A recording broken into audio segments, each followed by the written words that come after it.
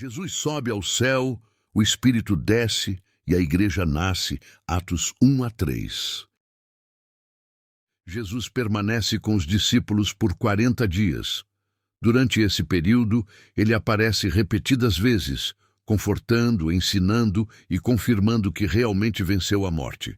Ele fala sobre o reino de Deus com grande paciência, respondendo dúvidas, quebrando medos e fortalecendo a fé dos seguidores.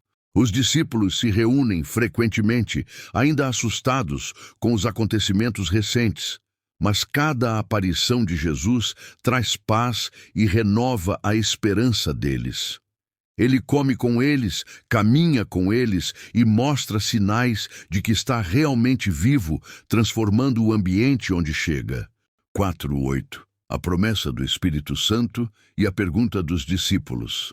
Certo dia, Jesus reúne o grupo e dá uma ordem clara: não saiam de Jerusalém. Ele os instrui a esperar a promessa do Pai, o batismo com o Espírito Santo, algo totalmente novo que mudaria o mundo para sempre. Mas os discípulos, ainda com expectativa política, perguntam: Senhor, é agora que o Senhor vai restaurar o reino a Israel? Jesus responde com calma que os tempos e datas pertencem ao Pai, porém, ele deixa uma promessa poderosa. Eles receberão poder quando o Espírito Santo vier sobre eles e serão testemunhas até os confins da terra. A missão agora está clara e será global. 9:11. A ascensão de Jesus e a mensagem dos anjos. Enquanto Jesus fala, ele começa a se elevar lentamente diante dos olhos de todos. Uma nuvem luminosa o envolve e ele desaparece no céu. Os discípulos ficam imóveis, olhando para cima, impressionados. Então 2 anjos aparecem ao lado deles e dizem: por que vocês estão olhando para o céu? Esse Jesus que foi elevado voltará assim como vocês o viram subir. A mensagem deixa o grupo maravilhado e reforça que a história ainda está longe de terminar. 12:14. Retorno ao cenáculo e união em oração. Eles descem o Monte das Oliveiras e retornam ao cenáculo em Jerusalém, onde costumavam se reunir. Ali estão Pedro, João, Tiago, André, Filipe, Tomé, Bartolomeu, Mateus, Tiago, filho de Alfeu, Simão, o Zelote e Judas de Tiago. Maria, mãe de Jesus, e várias mulheres também estão presentes, além dos irmãos de Jesus. Todos se unem numa só fé, dedicados à oração, aguardando o que Deus prometeu. O ambiente é de expectativa e reverência. 15:22. Pedro toma a palavra. É hora de escolher o substituto de Judas. Com cerca de 120 discípulos reunidos, Pedro se levanta. Ele explica que as Escrituras já haviam anunciado a queda de Judas e que era necessário escolher alguém para ocupar seu lugar. Alguém que tivesse estado com Jesus desde o batismo de João até a ascensão. Pedro relembra que Judas deixou sua função e destino por causa de sua própria escolha, e agora é preciso restaurar o número dos 12 como símbolo do novo povo de Deus. Em 23:26, Matias é escolhido como novo apóstolo. 2 nomes são indicados: José, chamado Barsabás ou Justo, e Matias. O grupo ora com sinceridade: Senhor, que conhece os corações de todos, mostra qual destes escolheste. Eles lançam sortes, e o resultado indica Matias, que é então contado entre os 12 apóstolos. A igreja continua aguardando a promessa do Espírito. Algo grandioso está prestes a acontecer. Atos 2, 1-4. O derramamento do Espírito Santo no Pentecostes. Chega o dia de Pentecostes, e todos os discípulos estão reunidos no mesmo lugar, perseverando juntos, orando e esperando a promessa que Jesus havia feito. O ambiente é de expectativa, como se o céu estivesse prestes a se abrir. De repente, um som poderoso, semelhante ao de um vento impetuoso, invade a casa onde estavam. Não era um vento comum, mas algo sobrenatural, vindo diretamente de Deus. O som toma todo o ambiente, fazendo todos olharem ao redor com espanto. Então aparece algo ainda mais extraordinário: línguas como de fogo, que se dividem e pousam sobre cada um deles. Não era fogo que queimava, mas fogo que purificava, capacitava e marcava como sinal divino. E naquele momento, todos são cheios do Espírito Santo e começam a falar em outras línguas, línguas que eles nunca haviam estudado, conforme o Espírito concedia que falassem. 5:13. A multidão se reúne e fica confusa com os sinais. Em Jerusalém havia judeus de todas as nações, vindos para a festa. Ao ouvirem o som poderoso, a multidão corre para ver o que está acontecendo. Quando chegam, ficam totalmente perplexos. Cada um ouve os discípulos falando na sua própria língua de origem. Povos diferentes começam a comentar: partos, medos, elamitas, visitantes de Roma, gente da Capadócia, da Mesopotâmia, da Líbia, do Egito e de tantos outros lugares. Todos ouvem o Evangelho em seu idioma nativo. A admiração cresce. Alguns perguntam: como isso é possível? Todos eles não são galileus? Como os ouvimos falar sobre as grandezas de Deus na língua em que nascemos? Enquanto muitos ficam maravilhados e impressionados, outros zombam e tentam desmerecer o que veem. Eles beberam vinho demais. A confusão aumenta, até que Pedro se levanta com os 11. 14:21. Pedro discursa usando a profecia de Joel.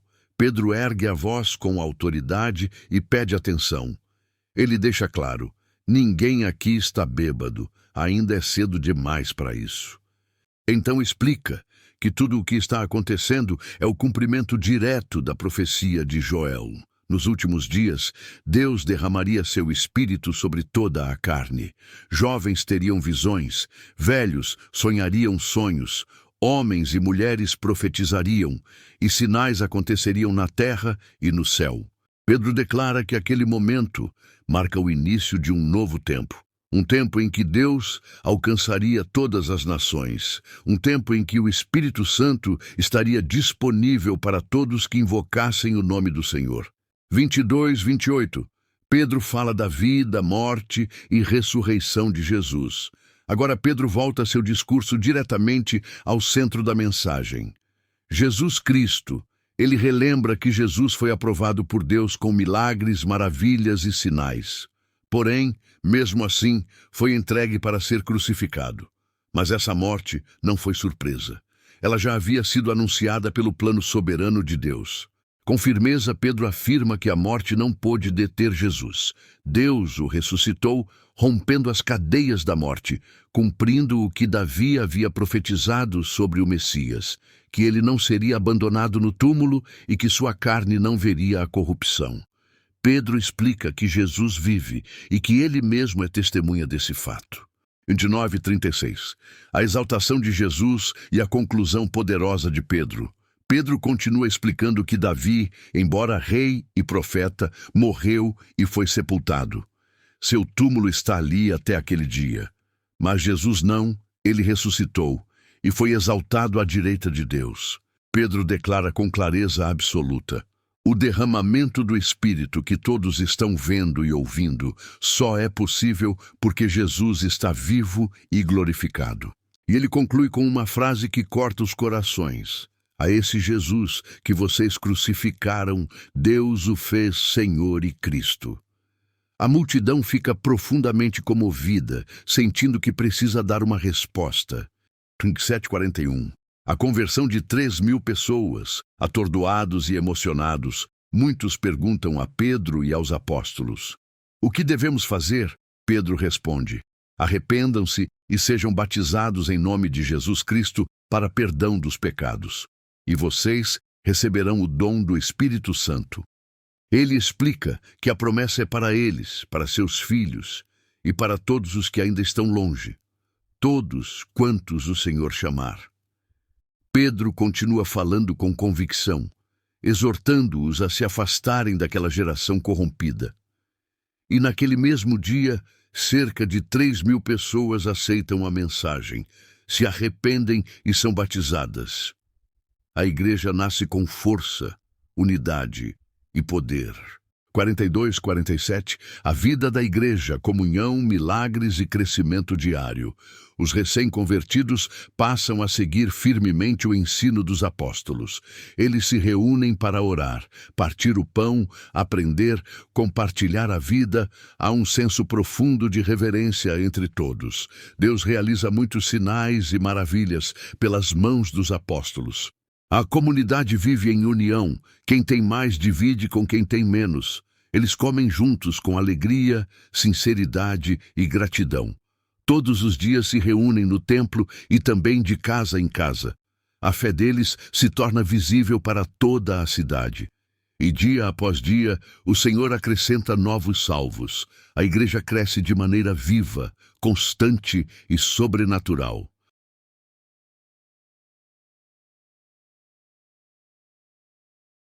Atos 3, 1-3. Pedro e João encontram o homem aleijado na porta do templo. Era a hora da oração, por volta das 3 da tarde, quando Pedro e João sobem juntos ao templo.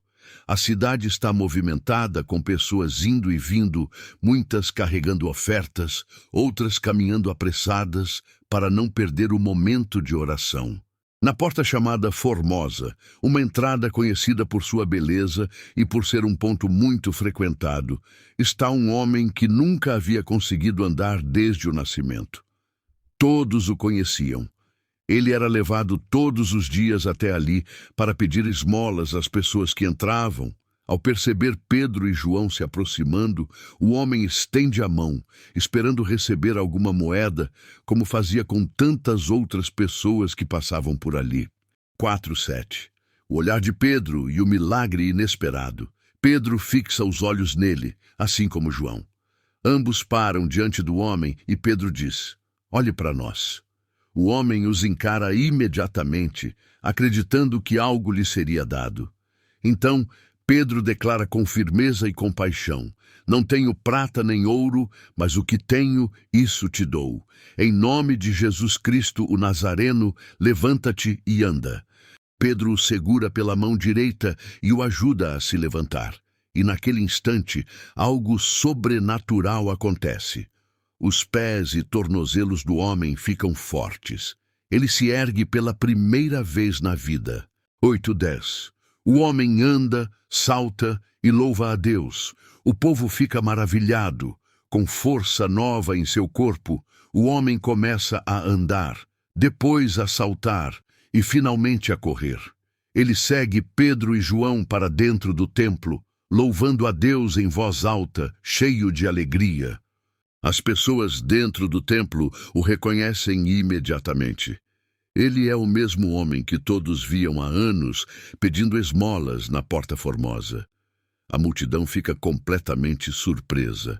Alguns levam as mãos ao rosto, outros apontam, todos maravilhados com o que acabaram de presenciar. O milagre causa comoção. As pessoas se aproximam rapidamente. 11:12.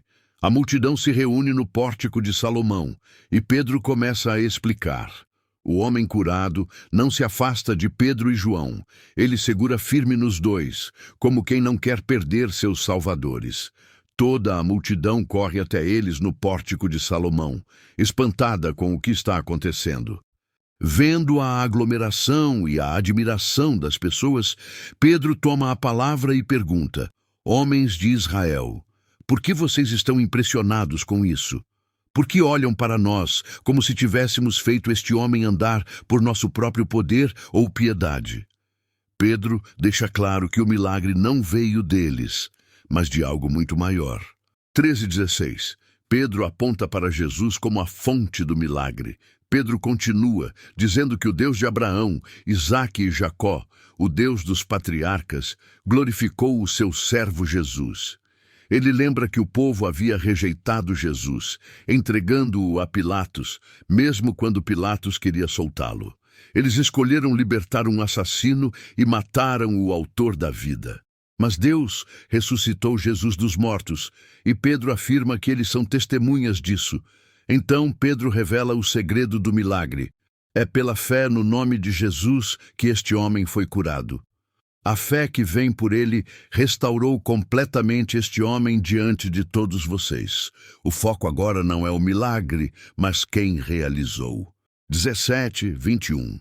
Pedro chama o povo ao arrependimento com esperança. Pedro muda o tom e fala com compaixão. Eu sei que vocês agiram por ignorância, assim como seus líderes. Mas ele explica que tudo isso já havia sido anunciado pelos profetas, mostrando que o sofrimento do Messias não foi acidente, mas parte do plano de Deus. Pedro então faz um apelo direto. Arrependam-se e convertam-se, para que seus pecados sejam apagados. Assim, tempos de refrigério virão da parte do Senhor, e ele enviará novamente o Cristo, que lhes foi designado, Jesus. Pedro explica que o céu deve manter Jesus até o tempo da restauração de todas as coisas, algo que Deus já havia prometido desde os tempos antigos. 22:26. Moisés e os profetas confirmam Jesus. Pedro encerra o discurso com promessa e alerta. Pedro lembra que Moisés havia anunciado que Deus levantaria um profeta semelhante a ele e que o povo deveria ouvir tudo o que ele dissesse. Quem não desse ouvido seria excluído do povo de Deus. Ele reforça que todos os profetas, desde Samuel, apontaram para aqueles dias. Pedro então declara que os judeus são os filhos dos profetas e da aliança que Deus fez com Abraão, dizendo: em tua descendência serão abençoadas todas as famílias da terra. E conclui: Deus enviou o seu servo primeiro a vocês para abençoá-los, fazendo cada um se afastar das suas maldades. A mensagem é clara. O milagre é um convite para a transformação. Atos 4. 1:4. Pedro e João são interrompidos e presos por causa da mensagem. Enquanto Pedro ainda está falando ao povo no pórtico do templo, anunciando que Jesus é o Messias e explicando o milagre do homem curado, algumas autoridades religiosas começam a se aproximar rapidamente. Os sacerdotes, o capitão da guarda do templo e os saduceus ficam profundamente irritados, porque os apóstolos estão ensinando que Jesus ressuscitou dos mortos, algo que os saduceus rejeitavam completamente. Sem permitir que Pedro e João terminem, eles os interrompem e mandam prendê-los. A multidão fica indignada e surpresa, porque muitos estavam ouvindo, aceitando e se maravilhando com a mensagem. Mesmo assim, a prisão não impede o avanço da fé. Naquele dia, muitos que ouviram creram, e o número de homens que seguiram a Jesus chegou a cerca de 5.000. 5:7. Pedro e João diante do Sinédrio. No dia seguinte, as autoridades religiosas se reúnem em Jerusalém. É uma assembleia impressionante. Os líderes mais poderosos do judaísmo estão ali. O sumo sacerdote Anás, Caifás, João, Alexandre e outros membros da família sacerdotal. Eles mandam trazer Pedro e João para o centro da sala. O ambiente é pesado e tenso, como um tribunal. Então fazem a pergunta principal: com que poder ou em nome de quem vocês fizeram isso?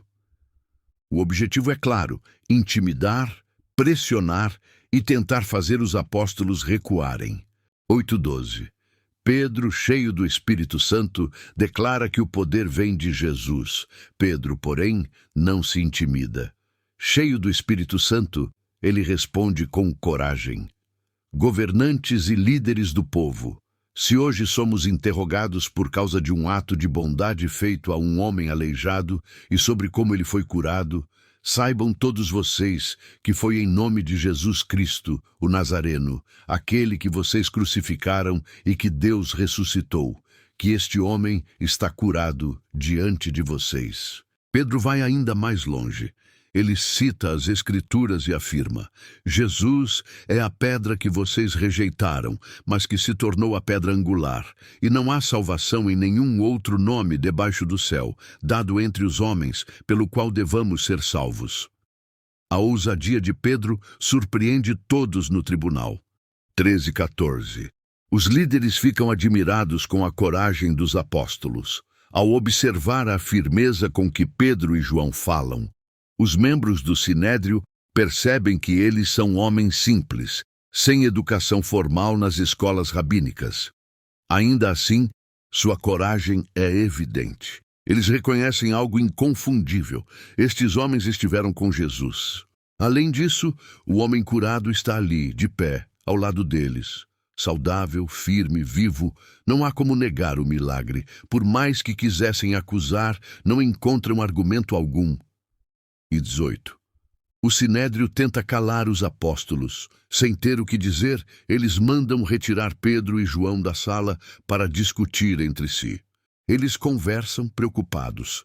Não podemos negar que eles fizeram um milagre claro, e todos em Jerusalém já sabem disso. Mas, se deixarmos isso continuar, mais pessoas vão acreditar. Então decidem uma estratégia. Eles chamam Pedro e João de volta e ordenam com firmeza que eles não falem mais no nome de Jesus. É uma tentativa de impedir o movimento antes que cresça ainda mais. 9:22. A resposta corajosa de Pedro e João. Pedro e João não se intimam com a ameaça. Eles respondem: julguem vocês mesmos se é certo obedecer a vocês em vez de obedecer a Deus, pois não podemos deixar de falar do que vimos e ouvimos. 23:28. A comunidade se reúne para orar após a ameaça. Assim que são soltos, Pedro e João vão até os irmãos e contam tudo o que aconteceu. A comunidade inteira, ao ouvir, levanta a voz em oração unida. Eles reconhecem Deus como o Criador e citam o salmo que fala sobre nações se levantando contra o Senhor. Eles entendem que Herodes, Pilatos, os gentios e o próprio povo de Israel se uniram contra Jesus, mas que tudo aconteceu conforme o plano de Deus. Ao invés de pedir proteção para si mesmos, eles pedem uma coisa: coragem para continuar anunciando a palavra, e pedem que Deus continue fazendo milagres e sinais por meio do nome de Jesus. 29:31. O lugar treme e todos são cheios do Espírito. Depois da oração, algo extraordinário acontece. O lugar onde estavam reunidos treme. Não era um terremoto comum, era um sinal da presença de Deus. Todos são novamente cheios do Espírito Santo, fortalecidos e renovados, e continuam anunciando a palavra com ainda mais ousadia. 32:35.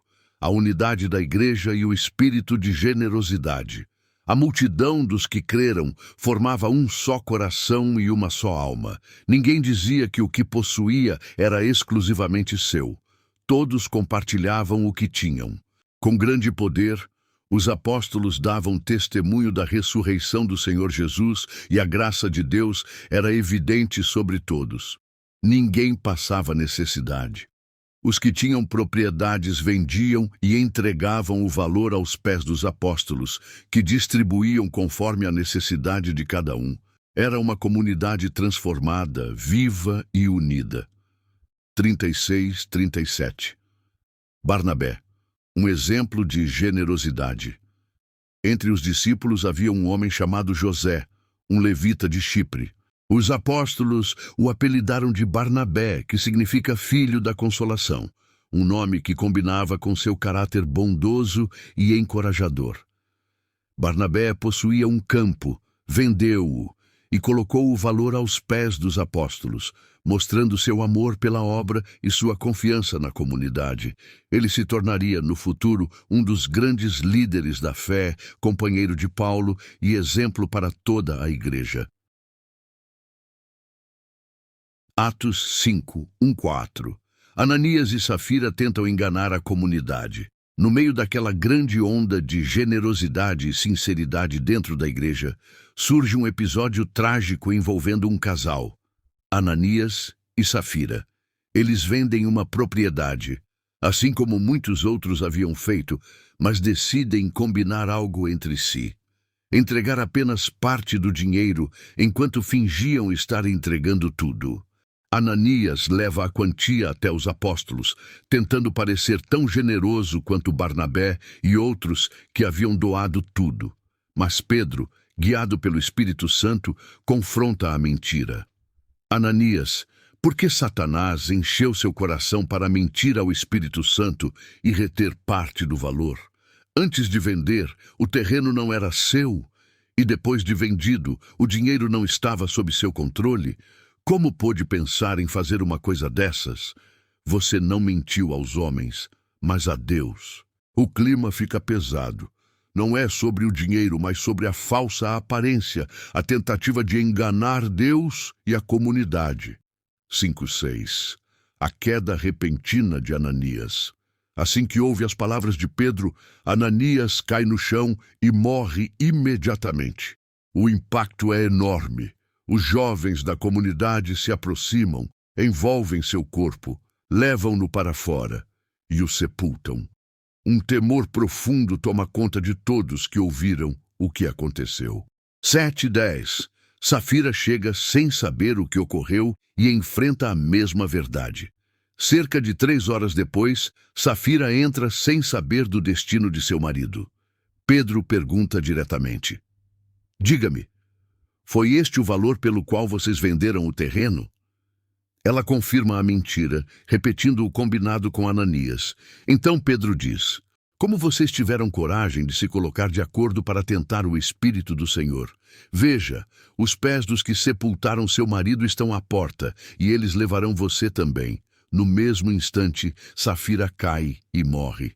Os jovens entram, encontram-na morta, levam seu corpo e a enterram ao lado de Ananias.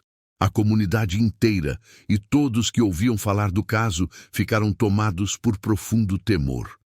Deus estava protegendo a pureza do início da igreja. 12:16. Muitos sinais e milagres pelos apóstolos. Apesar dos acontecimentos assustadores, os apóstolos continuam realizando muitos sinais e maravilhas entre o povo. Eles se reúnem no pórtico de Salomão, e a comunidade cresce ainda mais em respeito e reverência. As pessoas têm tanto respeito e admiração que, mesmo temendo se aproximar sem sinceridade, reconhecem que Deus está agindo de forma poderosa. A multidão traz os enfermos para as ruas, colocando-os em macas e esteiras, esperando que, ao menos, a sombra de Pedro passasse sobre eles. E muitos são curados dessa forma. De cidades ao redor de Jerusalém, as pessoas vêm trazendo enfermos e pessoas dominadas por espíritos malignos, e todos são curados. A ação de Deus se torna visível e incontrolável.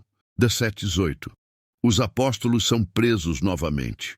A popularidade dos apóstolos e o poder que operava através deles incomodam profundamente os líderes religiosos, especialmente os saduceus, que ficam cheios de inveja. Eles mandam prender todos os apóstolos e os colocam na prisão pública. A intenção é controlar, intimidar e parar o avanço da fé, mas isso não seria suficiente. E 19:21. Um anjo do Senhor liberta os apóstolos e lhes dá uma ordem. Durante a noite, um anjo do Senhor aparece na prisão. Ele abre as portas com facilidade, sem barulho, sem chamar atenção, e conduz os apóstolos para fora. O anjo dá uma instrução clara. Vão ao templo e continuem anunciando ao povo todas as palavras desta vida. Pela manhã, quando o dia amanhece, os apóstolos estão novamente no templo, ensinando com ousadia, como se nada tivesse acontecido. 22:26. A prisão está vazia, os líderes ficam confusos. Os sacerdotes e o conselho se reúnem e mandam buscar os apóstolos na prisão. Mas quando os oficiais chegam, encontram algo inacreditável. A prisão está fechada, os guardas estão lá. Mas não há ninguém dentro. Eles voltam assustados para informar o conselho. Enquanto tentam entender o que aconteceu, chega alguém dizendo: Aqueles homens que vocês prenderam estão no templo ensinando o povo. Então, o capitão da guarda vai com seus homens, mas sem violência, porque temem que o povo se revolte contra eles. 27:32. Pedro e os apóstolos diante do conselho. Devemos obedecer a Deus. Os apóstolos são trazidos de volta perante o sinédrio. O sumo sacerdote os repreende. Nós ordenamos que vocês não ensinassem neste nome, e vocês encheram Jerusalém com essa doutrina e ainda querem nos tornar culpados pelo sangue daquele homem. Mas Pedro e os demais apóstolos respondem com firmeza: é preciso obedecer a Deus e não aos homens. O Deus de nossos pais ressuscitou Jesus, a quem vocês mataram. Deus o exaltou como príncipe e salvador, para dar arrependimento e perdão. Nós somos testemunhas dessas coisas, e também o Espírito Santo, que Deus dá aos que lhe obedecem. Eles não recuam, não se intimidam, falam com convicção. 3:39. A fúria do conselho e o conselho sábio de Gamaliel. Ao ouvir isso, os líderes ficam furiosos, tão irritados que pensam em matar os apóstolos. Mas então se levanta Gamaliel, um fariseu respeitado, mestre da lei, honrado por todo o povo. Ele pede que os apóstolos sejam retirados por um momento e diz aos líderes: tenham cuidado com o que vão fazer com estes homens. Ele lembra de líderes passados que se revoltaram e cujos movimentos logo desapareceram. Se o movimento dos apóstolos for humano, ele vai acabar. Mas então ele fala algo profundo. Mas se isso vem de Deus, vocês não poderão detê-los, e podem até se ver lutando contra Deus. As palavras de Gamaliel acalmam o conselho. 40. Os apóstolos são açoitados e ameaçados. O conselho decide não matá-los, mas ainda quer puni-los. Eles mandam trazer os apóstolos, mandam açoitar cada um deles, uma punição dolorosa e humilhante, e novamente ordenam que não falem mais no nome de Jesus. Em seguida, os libertam. 41 e 42. Alegria em sofrer por Cristo e perseverança na missão. Surpreendentemente, os apóstolos saem do conselho cheios de alegria porque foram considerados dignos de sofrer por causa do nome de Jesus. E continuam sua missão sem hesitar. Todos os dias, no templo e nas casas, eles continuam ensinando e anunciando que Jesus é o Cristo. Nem ameaças, nem prisões, nem açoites conseguem deter o movimento. A fé cresce. O Evangelho avança e nada consegue parar o que Deus iniciou. Atos 6. 1. Crescimento da igreja e surgimento de um problema sério. À medida que o número de discípulos cresce rapidamente em Jerusalém, a comunidade começa a enfrentar desafios internos. Entre os seguidores, existem judeus que falam hebraico e judeus de origem grega chamados helenistas. Alguns desses helenistas começam a reclamar. As viúvas deles, mulheres vulneráveis e dependentes da ajuda diária, estavam sendo esquecidas na distribuição de alimentos. Essa queixa não nasce de má fé, mas do próprio crescimento da igreja. A família da fé está aumentando tão rápido que a organização ainda não acompanha o ritmo. 2:4. Os apóstolos criam um plano sábio. Os 12 apóstolos se reúnem e chamam toda a comunidade. Com humildade e clareza, eles explicam: não é bom que deixemos o ensino da palavra de Deus para administrar a distribuição de alimentos. Eles não estão se recusando a ajudar, mas entendendo que seu papel principal é pregar, orar e ensinar. E isso exige tempo e dedicação. Então, propõem algo totalmente novo para a comunidade, que os irmãos escolham 7 homens de boa reputação, cheios do Espírito Santo e de sabedoria, para assumir essa tarefa. Os apóstolos continuam focados na oração e no ministério da palavra, enquanto uma nova equipe será responsável pelo cuidado prático das pessoas. 5. A escolha dos 7 homens. A proposta agrada a todos, e a comunidade indica 7 nomes que se destacam pela fé, caráter e sabedoria. Estevão, descrito como homem cheio de fé e do Espírito Santo. Filipe, Prócoro, Nicanor. Timão, Pármenas, Nicolau, um convertido de Antioquia. O grupo representa diversidade cultural, maturidade espiritual e comprometimento com a missão. Estevão, especialmente, já começa a se destacar como alguém extraordinário. 6. Oração e imposição de mãos. Os 7 escolhidos são apresentados aos apóstolos. Num momento de reverência e unidade, os apóstolos oram por eles e impõem as mãos, abençoando e consagrando esses homens ao serviço. É um marco histórico.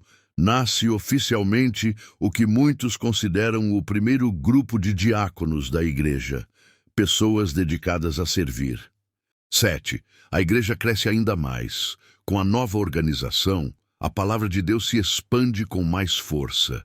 A igreja não apenas continua crescendo, mas cresce muito, alcançando até muitos sacerdotes judeus que passam a crer em Jesus. A fé está se espalhando de forma tão profunda que até aqueles que antes eram opositores começam a reconhecer a verdade.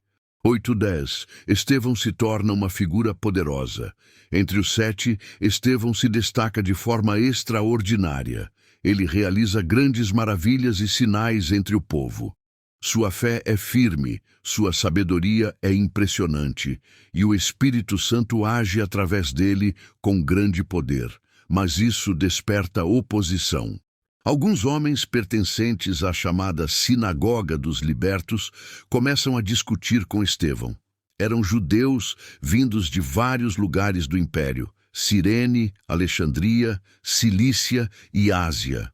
Eles tentam debater com Estevão, porém não conseguem resistir à sabedoria e ao espírito com que ele fala.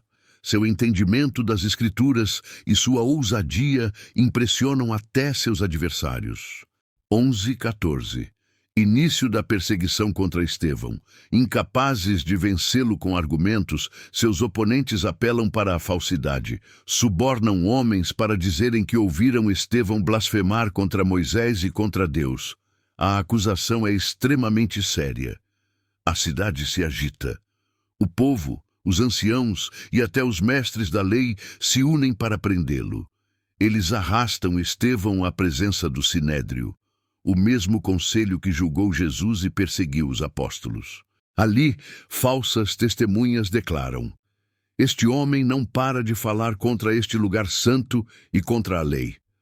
Nós o ouvimos dizer que Jesus destruiria este templo e mudaria os costumes deixados por Moisés. O ambiente é pesado. A tensão cresce. A mentira se mistura ao medo dos líderes religiosos. 15. Um brilho no rosto de Estevão, enquanto todos olham fixamente para ele, esperando que Estevão se desespere diante das acusações, acontece algo surpreendente. O rosto dele parece o rosto de um anjo. Não é que ele brilhe literalmente como luz intensa, mas sua expressão transmite paz, segurança e a presença de Deus. Mesmo cercado de ódio e injustiça, há algo sobrenatural na calma dele. É o prenúncio de que algo grandioso e dramático está prestes a acontecer no capítulo seguinte. Atos 7. 1. O sumo sacerdote inicia o julgamento. O sinédrio está reunido. O ambiente é pesado, cheio de líderes religiosos tensos, orgulhosos e convictos de que Estevão é culpado. O sumo sacerdote olha fixamente para ele e faz a pergunta que dará início à defesa mais poderosa da história da igreja. É verdade isso? Silêncio absoluto. E então, Estevão, cheio do Espírito Santo, começa um discurso que atravessa séculos. Ele não fala para se defender, mas para revelar a verdade. 2:8. Estevão conta a história começando de Abraão. Ele inicia lembrando como Deus chamou Abraão ainda na Mesopotâmia. Abraão vivia entre povos idólatras quando o Senhor lhe disse para sair da terra natal e partir para o lugar que ele mostraria. Abraão obedeceu sem saber para onde estava indo. Deus prometeu dar aquela terra aos descendentes dele, mesmo antes de Abraão ter filhos. Prometeu também que esse povo seria estrangeiro em terra alheia e sofreria opressão por 400 anos, mas que ele mesmo os libertaria. E Deus selou essa promessa com a aliança da circuncisão. Abraão gerou Isaque, Isaque gerou Jacó, e Jacó teve 12 filhos, as 12 tribos de Israel. Estevão está mostrando que tudo começou com um Deus que chama, conduz e cumpre promessas. 9:16. José, vendido pelos irmãos, exaltado por Deus, Estevão então fala sobre José. Os patriarcas, movidos por inveja, vendem José como escravo para o Egito, mas Deus estava com ele. José passa pela injustiça, prisão e humilhação, mas Deus o exalta, tornando-o governador do Egito. Quando a fome assola a região, Jacó envia seus filhos para buscar alimento. Eles encontram José, mas não o reconhecem de imediato. Na segunda viagem, José se revela aos irmãos e a família inteira se muda para o Egito. A mensagem é clara. Mesmo quando os homens rejeitam alguém, Deus pode levantá-lo para cumprir seus planos.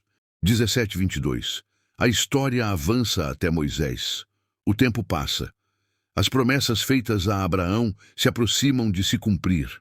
O povo multiplica-se no Egito, até que surge um novo faraó que não conhecia José. Esse faraó oprime os israelitas e ordena matar todos os bebês do sexo masculino. É nesse cenário que nasce Moisés. Ele é escondido por 3 meses e depois colocado num cesto sobre o rio Nilo. A filha de Faraó encontra o bebê, se compadece e cria Moisés como seu próprio filho. Ele cresce educado em toda a sabedoria dos egípcios, poderoso em palavras e obras. 23:29. Moisés tenta agir por conta própria. Quando Moisés tem 40 anos, decide visitar seus irmãos hebreus. Ao ver um egípcio maltratando um israelita, ele reage e mata o agressor, pensando que seus irmãos entenderiam que Deus o enviara para libertá-los. Mas eles não entendem. No dia seguinte, Moisés tenta apaziguar uma briga entre 2 hebreus, mas um deles responde: "Quem te colocou como líder e juiz sobre nós?" Ao perceber que o ocorrido já era conhecido, Moisés foge para Midian, onde vive como estrangeiro e forma uma família. 30:34. O chamado sobrenatural na sarça ardente. 40 anos depois, enquanto Moisés cuida do rebanho, algo extraordinário acontece no deserto do Monte Sinai. Ele vê uma sarça em chamas, mas a planta não se consome. Intrigado, Moisés se aproxima. De repente, a voz de Deus ecoa: "Eu sou o Deus de teus pais, o Deus de Abraão, de Isaque e de Jacó." Moisés treme. Deus continua: "Tire as sandálias dos pés, porque o lugar em que você está é santo." Então o Senhor diz que viu a opressão do povo no Egito e está enviando Moisés para libertá-los. 35:38. O libertador rejeitado é o mesmo que Deus envia. Estevão mostra algo profundo. O mesmo Moisés que os israelitas rejeitaram, dizendo: "Quem te colocou como líder?" Foi exatamente aquele que Deus enviou como líder, libertador e profeta. Moisés realiza sinais e maravilhas no Egito, no Mar Vermelho e durante 40 anos no deserto. E foi Moisés quem disse. 39:43. A rebeldia de Israel no deserto. Mesmo depois de serem libertos pelo poder de Deus, os israelitas resistem à liderança de Moisés. Eles voltam o coração ao Egito, pedem ídolos, fazem um bezerro de ouro, oferecem sacrifícios a deuses falsos. Deus os entrega aos desejos de seus corações, e isso resultará, séculos depois, no exílio. Estevão toca na ferida. Israel sempre resistiu a Deus e aos líderes que ele enviou. 40:50. Deus não cabe em templos feitos por mãos humanas. Ele continua lembrando que o tabernáculo acompanhou Israel no deserto. Depois, Davi desejou construir um templo e Salomão o edificou, mas Estevão cita o próprio Deus. O Altíssimo não habita em templos feitos por mãos humanas. O céu é meu trono e a terra é o estrado dos meus pés. É uma crítica direta à idolatria pelo templo, exatamente o que os líderes de Jerusalém estavam fazendo. 51:53. Estevão confronta os líderes com coragem. Agora, cheio do Espírito, ele declara algo que deixa o sinédrio furioso. Vocês sempre resistem ao Espírito Santo. Assim como seus pais fizeram, vocês também fazem. Ele acusa. Eles perseguiram os profetas. Mataram os que anunciaram a vinda do justo e agora crucificaram o próprio Messias. Receberam a lei, mas não obedeceram. É como se Estevão segurasse um espelho diante deles. E eles não suportam ver a verdade. 54, 56, a visão gloriosa de Estevão.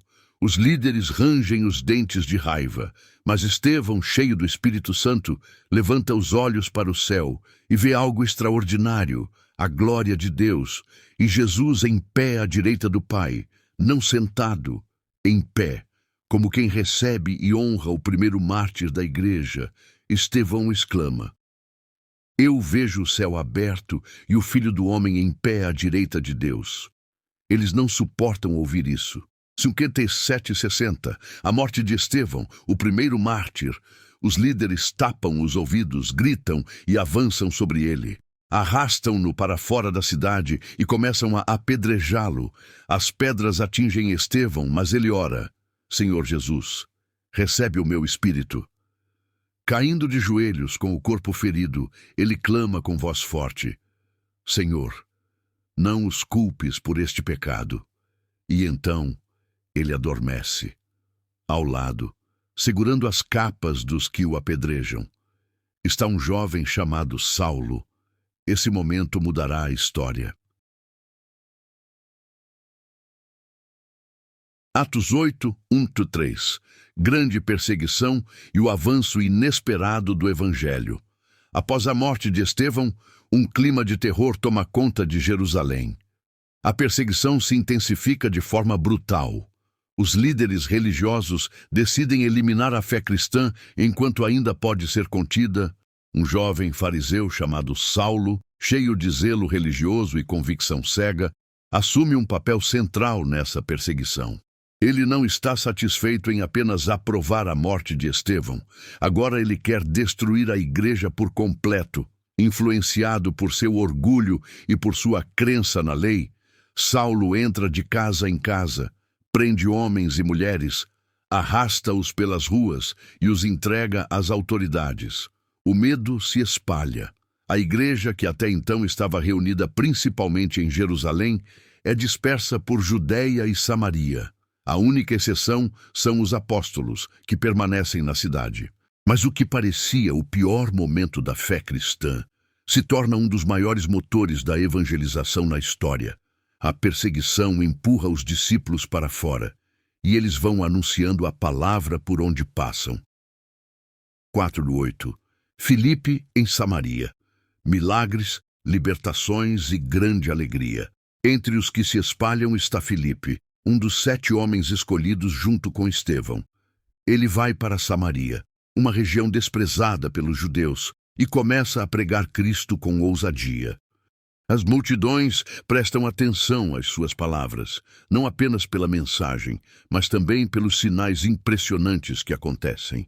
Espíritos impuros saem de muitas pessoas. Paralíticos e coxos são curados. Milagres se multiplicam. A cidade, antes marcada por confusão espiritual e engano, agora é tomada pela alegria. Onde Jesus chega, os corações e as ruas mudam. 9:13. Simão, o mágico, fica maravilhado com o poder real de Deus. Nessa cidade vive um homem chamado Simão, conhecido como mágico ou feiticeiro.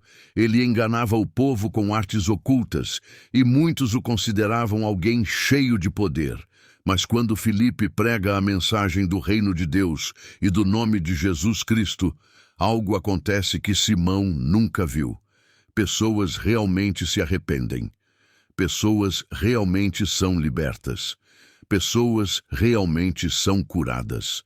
Simão, impressionado, percebe que o poder de Deus é infinitamente maior do que qualquer magia ou ilusão humana. Ele mesmo crê e é batizado. Acompanha Filipe aonde ele vai, maravilhado com os milagres e sinais. 14:17. Pedro e João em Samaria. O Espírito Santo é derramado quando os apóstolos em Jerusalém ouvem que Samaria recebeu a palavra de Deus. Eles enviam Pedro e João para acompanhar o movimento. Ao chegarem, percebem que os novos convertidos já foram batizados, mas ainda não haviam recebido o Espírito Santo da maneira plena prometida. Então, Pedro e João impõem as mãos, e o Espírito Santo vem sobre eles. É um momento de unidade entre judeus e samaritanos, algo impensável antes. O Evangelho está unindo povos que por séculos se odiaram. Êxodo 24. Simão tenta comprar o dom de Deus e é confrontado duramente. Ao ver o poder de Deus se manifestando, Simão, ainda com mentalidade antiga, oferece dinheiro a Pedro e João para receber a mesma autoridade espiritual. Ele quer o poder, sem entender o coração de Deus. Pedro reage com firmeza. Que o seu dinheiro morra com você. Você acha que pode comprar o dom de Deus? Pedro deixa claro que esse pedido revela a corrupção no coração de Simão.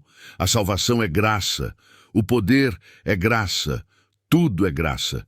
Nada disso está à venda. Simão fica apavorado. Ele não discute, não tenta se defender.